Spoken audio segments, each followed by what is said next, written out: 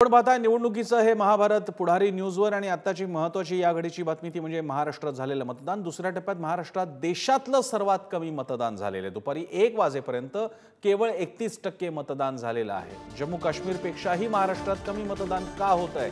11 कोटीचा महाराष्ट्र पण मतदान कमी।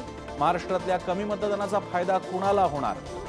या दुसऱ्या टप्प्यातल्या जिथे जिथे मतदान होत आहे तिथला पहिला टप्पा आता मतदानाचा यापूर्वी पार पडला किंवा आताचा दुसरा टप्पा असेल, पण मतदान कमी होत आहे हा ट्रेंड बघायला मिळतोय। या कमी मतदानाचा फायदा कुणाला? कमी मतदान म्हणजे आहे ती सत्ता आहे तो कौल तसाच कायम राहणार का कमी मतदान म्हणजे आत्ताचे जे विद्यमान खासदार आहेत त्यांच्या विरोधातली नाराजी? फायदा कुणाला? शिवाजी काळे दिल्लीहून आपले प्रतिनिधी आपल्या सोबत आहेत। शिवाजी, दिल्लीतला देशाचा आढावा घेतानाच महाराष्ट्रामध्ये एवढं कमी मतदान पाहायला मिळतंय, बाकीच्या ठिकाणची काय परिस्थिती? जर आपण सर्वाधिक मतदान ही त्रिपुरामध्ये पाहायला मिळते। महाराष्ट्राच्या खालोखाल जर विचार केला सर आपण तर उत्तर प्रदेशमध्ये देखील 35% आसपास आता 1 वाजेपर्यंत मतदान झाल्याचं पाहायला मिळतंय आणि सरासरी जर पाहिली आपण देशामध्ये तर साधारण 50% आसपास मतदान झाल्याचं पाहायला मिळतंय। मात्र ज्या पद्धतीने महाराष्ट्रामधील मतदान कमी होत आहे त्या दृष्टिकोनातून विचार केला तर कुठेतरी लोकशाहीबद्दल लोकांचा अविश्वास आहे का असा प्रश्न उपस्थित होतो। कारण लोकशाही देशामध्ये मतदान प्रक्रियेतूनच लोक आपला जो मतदार हे असतो उमेदवार असतो त्याला निवडून आणतात, त्याच्या विचाराचं असतं, त्यांनी केलेली कामं याचा मोठा हिस्सा असतो। मात्र महाराष्ट्रामध्ये ज्या पद्धतीने काही दिवसामध्ये ज्या घटना घडलेल्या आहेत त्यानुसार विचारधारा सोडून दुसऱ्या पक्षासोबत अनेक लोक गेलेले आहेत।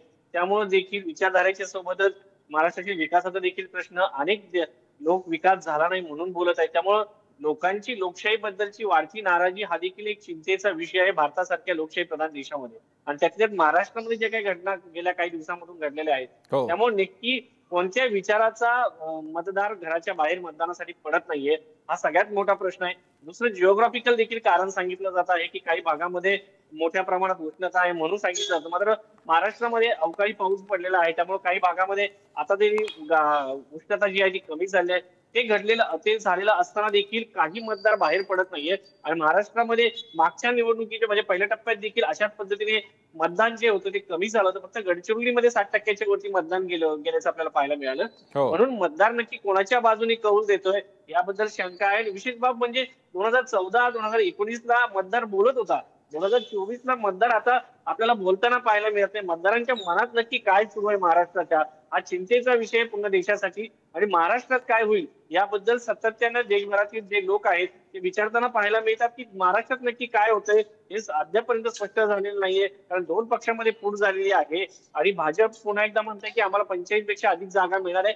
त्यामुळं मतदारांचा कौल नक्की कोणाला आहे हे अद्यापपर्यंत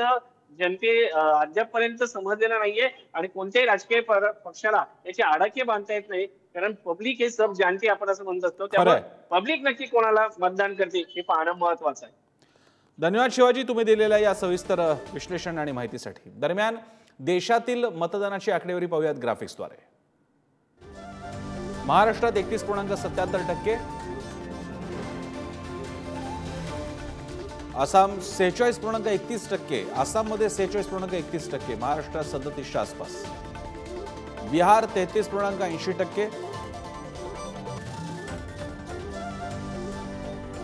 छत्तीसगड 53.09%, अतिशय सकारात्मक असं मतदान छत्तीसगडमध्ये।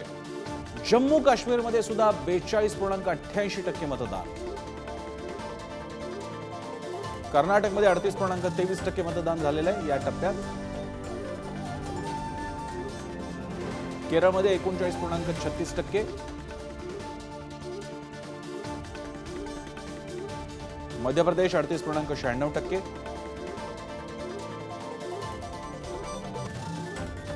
मणिपूरमध्ये 54.26%, अतिशय सकारात्मक आणि चांगलं मतदान, राजस्थानमध्ये 40.39%। तर महाराष्ट्रातील मतदानाच्या आकडेवारी जिल्हा निहाय एक नजर टाकूया कुठे किती मतदान झालंय। वर्धा 32.32%, 1 वाजेपर्यंतचे मतदान आहे, इथे सध्या मतदान सुरू आहे। अकोला 32.25%,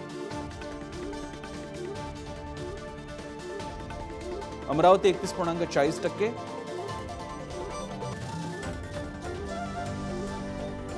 बुलढाणा 29.7%, हिंगोली 30.46%,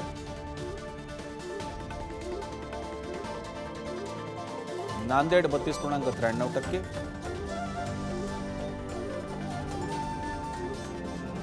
परभणी 33.88%, यवतमाळ वाशिम 31.47%. असं आहे मतदान दुपारी 1 वाजेपर्यंत.